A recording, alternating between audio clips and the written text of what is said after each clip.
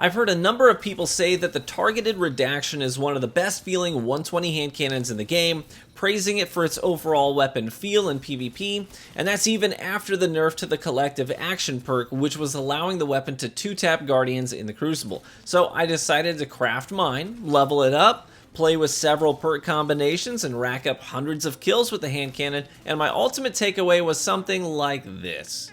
This is worthless. And now I know that sounds harsh, and while I did have successful games and moments with the weapon, at the end of the day, I just can't figure out why I would want to use it over many of the alternative 120s in the game that do everything that it does, but better.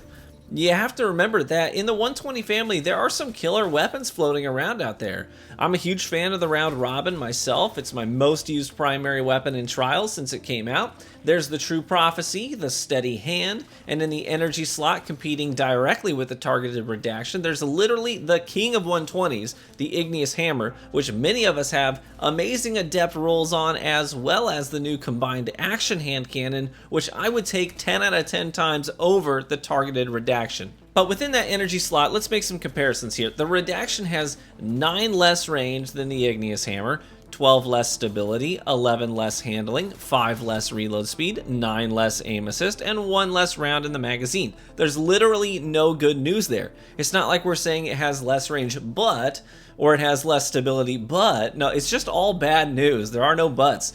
Now, there are 3 main ways that the Targeted Redaction will try to make up for its weaknesses, and these sort of become non-negotiables for me when I was moving perks around on this weapon. And this is basically what everyone on Twitter was telling me to do too. You're going to need to dump your abilities to activate the origin trait, Unsated Hunger. You're going to need to throw a grenade or hit somebody with a charged melee to activate Well-Rounded. And you're going to need to make sure that you have Keep Away in the second column and stay back away from folks to keep that active. Now, if you're not familiar with the Well-Rounded perk, it basically makes it so that if you use a grenade, like throw a grenade or you hit somebody with a charged melee, now it's going to give you 1 stack out of 2 potential maximum stacks that will give you 10 range, 10 stability, 10 handling. And those are nice buffs to have. It's not that it's a bad perk, but it's very situational, right? It's not just constantly going to be there for you.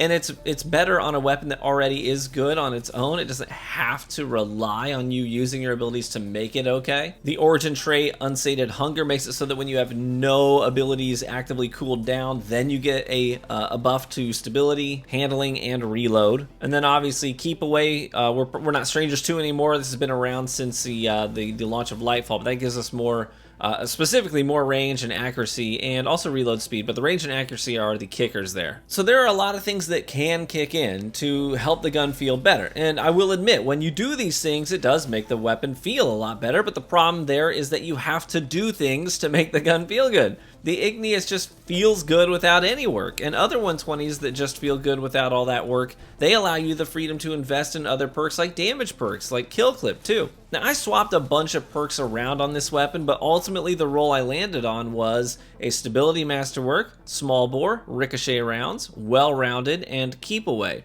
As long as I was using my abilities, the gun was feeling alright. But that's the problem. If I want a gun that relies heavily on my ability usage, then there are several better options out there. Round Robin, for example, works amazingly with my Strand kit.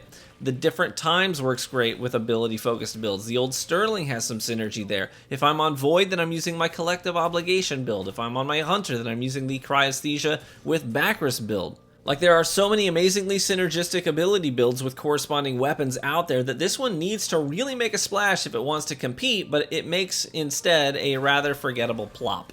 One of my other biggest criticisms of this weapon is the perk pool. It's pretty lackluster, especially for a 120 hand cannon. There are perks out there that other 120s take advantage of that makes them feel incredible, but this one doesn't have, opening shot, moving target, quick draw, encore, killing wind, kill clip, rapid hit. It's got none of those. Instead, we have a perk pool that's really bogged down by things that we are not going to be using, like Perfect Float, Hot Swap, Envious Assassin, Invisible Hand, Triple Tap. I mean, these are not great PvP perks. Now, to be fair, you're going to see some good streaks and nice duels with this hand cannon in the gameplay of this video, but full disclosure, I hit some pretty sweaty lobbies too, and running this hand cannon felt like a direct handicap in those environments. I had to work extra hard to hang with my opponents.